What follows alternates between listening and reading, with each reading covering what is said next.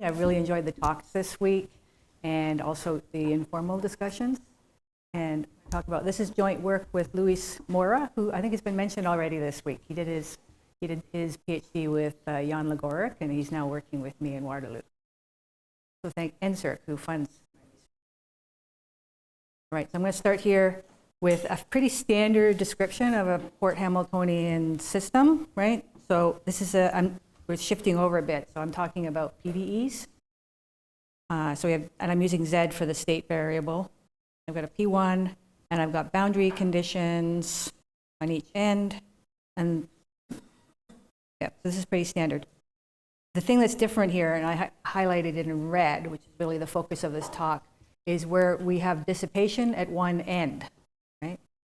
So the dissipation through K can either happen naturally through some kind of boundary dissipation, for instance, in acoustic noise in a duct that's open at one end, or it could be from a control where we're trying to control vibrations, for instance, in a beam, and then it's actually imposed through a control variable.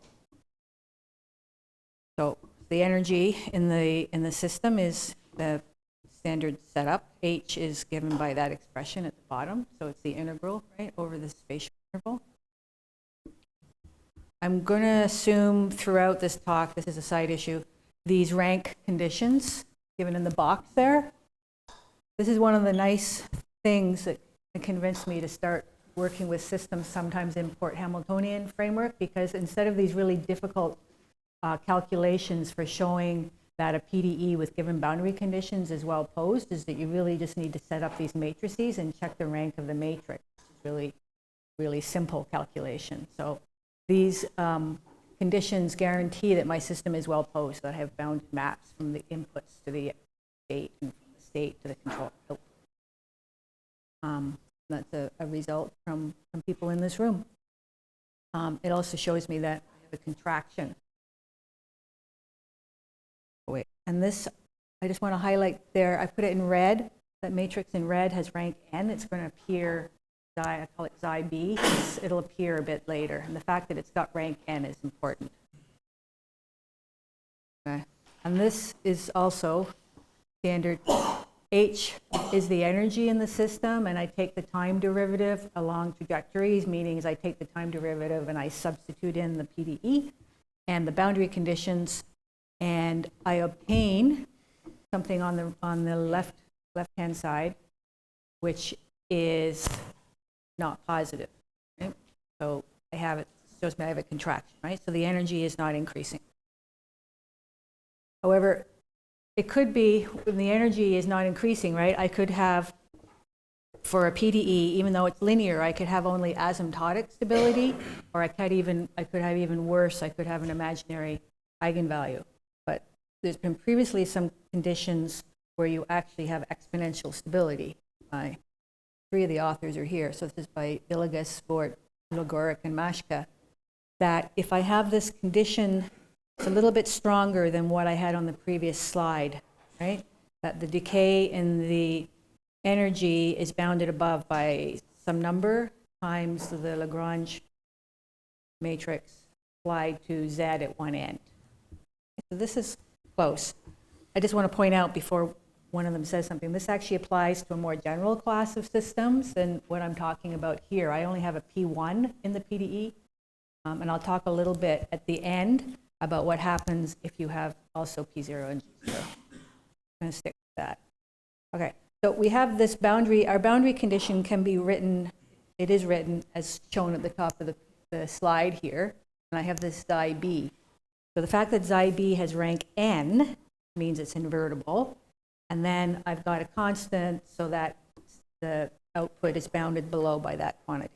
So then this, as long as K, right, the operator giving me the boundary dissipation, as long as that's positive definite, this theorem, this earlier theorem, right, and the fact that the energy, the decay in the energy is bounded above by something involving eigenvalue of K, you can put those together, and then a few lines with this theorem 1, we get actual exponential stability. Okay? So there's an M and an alpha, so that the energy is bounded above by this decaying exponential. However, this result does not give us the actual decay rate Luis and I went through this very quite carefully, and I don't think we missed it. It doesn't give you a decay rate, and for various reasons, I want the actual decay rate. Okay, I mean, exponential stability is great, but I actually want some bound on alpha. So this is really the result in this talk. So this is the main result here, theorem 2. So I define a bunch of constants, which is kind of a mess, so don't really worry about it. But they're all easy to calculate. It's a bunch of constants defined in terms of eigenvalues of the various matrices. So they're easy to compute. Again, more algebra. And then we get that for all epsilon. So I do need still that the eigenvalue, that k has to be positive definite, right? I haven't dropped that. Okay. Then I can define various things. And then I get a bound on the decay rate at the bottom here in a little bit more tidy form. Get a bound on the decay.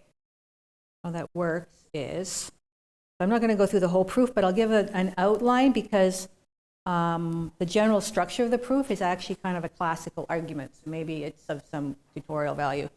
So the idea is that h would be the obvious Lyapunov function here to use to give me stability, but it's not giving me enough, right? It's only giving me non-negative.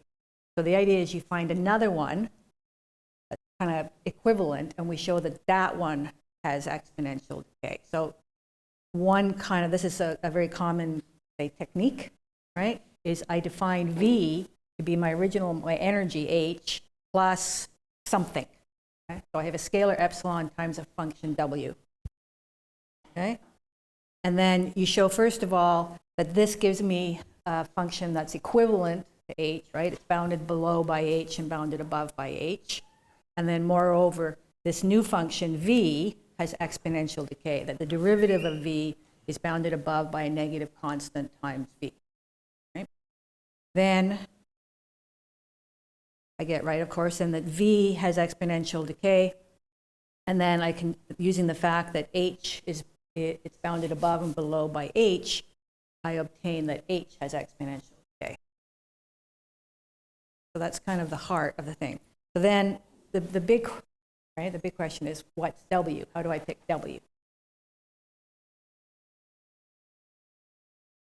So what we did here is a very sort of almost classical method, and I think the first person to use, it's called the multiplier method, a multiplier function, and I think the first person to use it was Komornik, who worked in France. But there's a very nice exposition of the method in the book by Tuxnack and Weiss.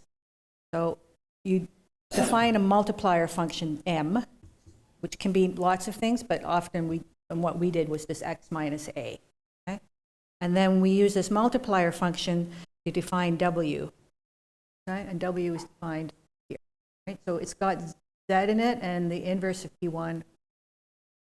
So that's actually now the hard part of this whole kind of method of finding a new Lyapunov function, right? You have to find the right one.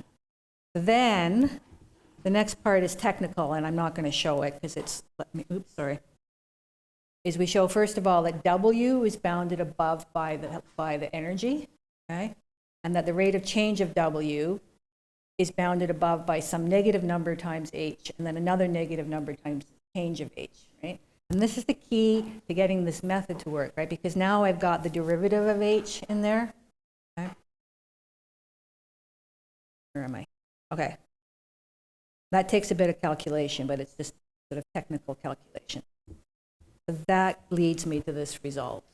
Okay. And we need actually, and this is why I have bounds on epsilon here, because epsilon has to be less than epsilon naught, because I need to make sure that I don't get above epsilon naught or epsilon 1, or I lose the inequalities when I rearrange them. Right. So then when the dust settles, I get this exponential decay. Okay. So now I'm going to illustrate it with an example. So this is a piezoelectric beam with magnetic effects. Looked at a few years ago with Özkan Özer. People that haven't seen it, where am I? Okay, so V here, so it's your usual beam, right? But I'm applying a voltage and also maybe a mechanical. But V here is stretching. It's a mechanical variable. And then I've got an electrical variable, P, which is charge. And what you end up with, this is actually derived from Hamilton's principle. What you end up with, is you can kind of see, is it's actually two wave equations, and then they're coupled, right? The electrical and the mechanical variables are coupled. And then I've got boundary conditions here. So I've got control of the mechanical variable and control of the electrical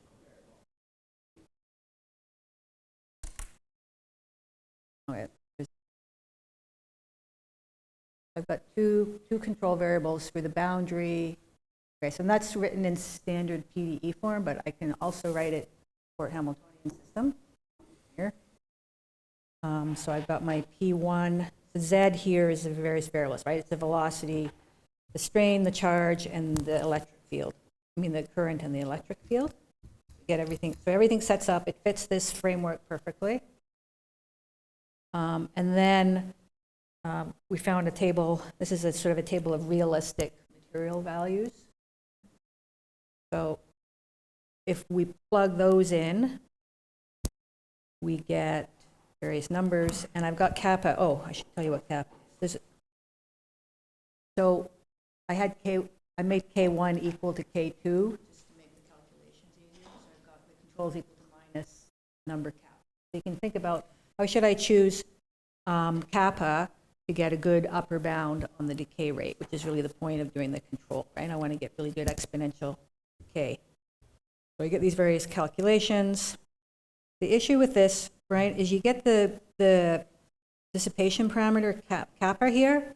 It appears in the bound M, and it also appears in the decay rate, right? If I make it smaller, epsilon gets, the decay rate gets better, but then if it gets bigger, then the M gets bigger.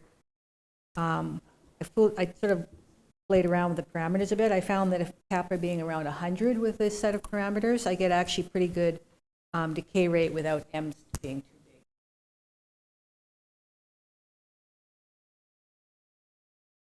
So sort of looking ahead, so what things did I not include here, right?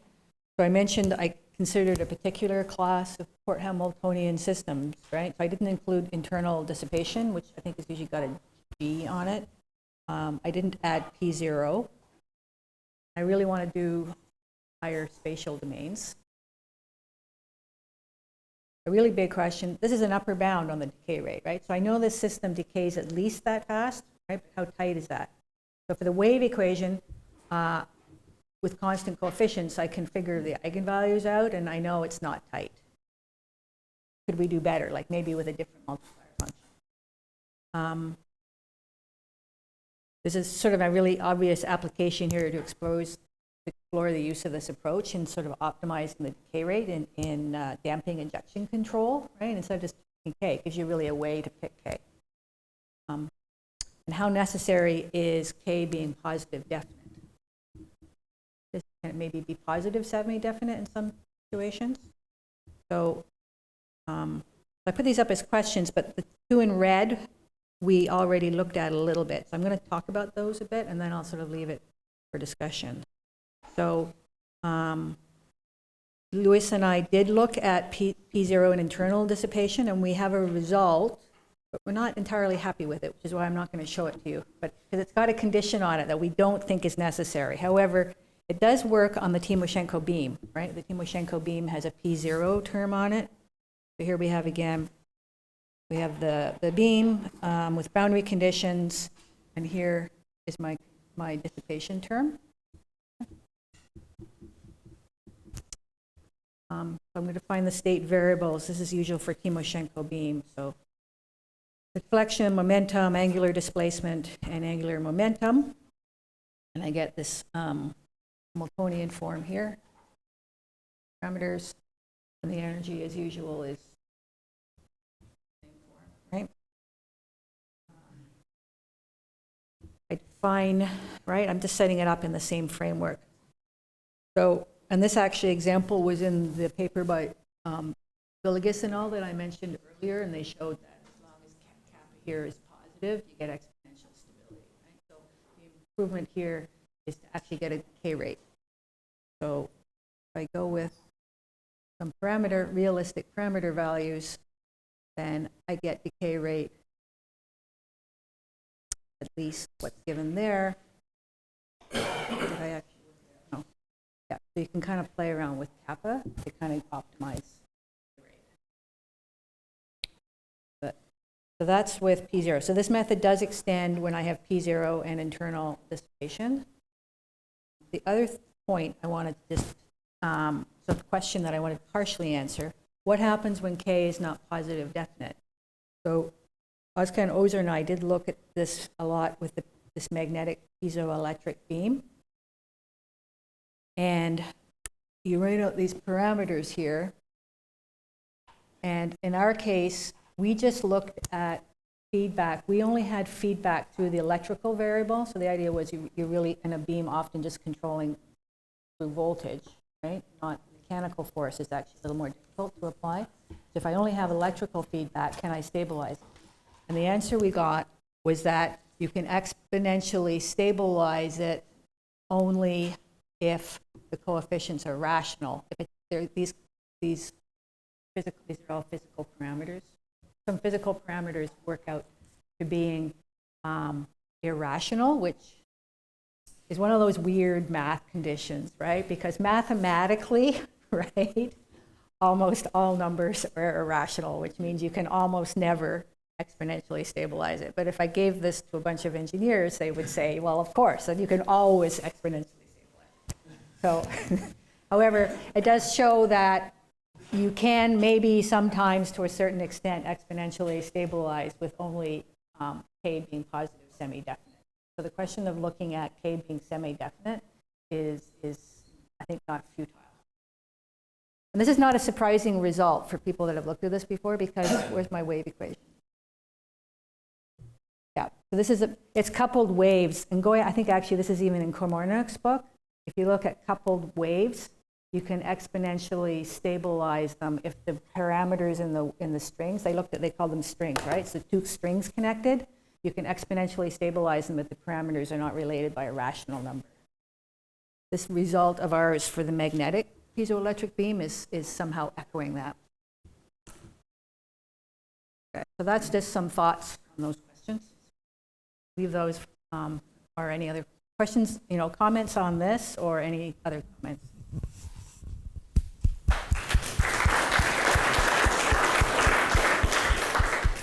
I have a question.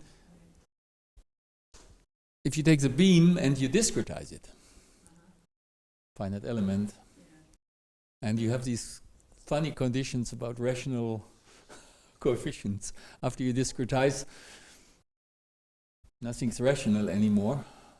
It's all rational because it's all in finite precision arithmetic. So where does this is a thing that I don't understand.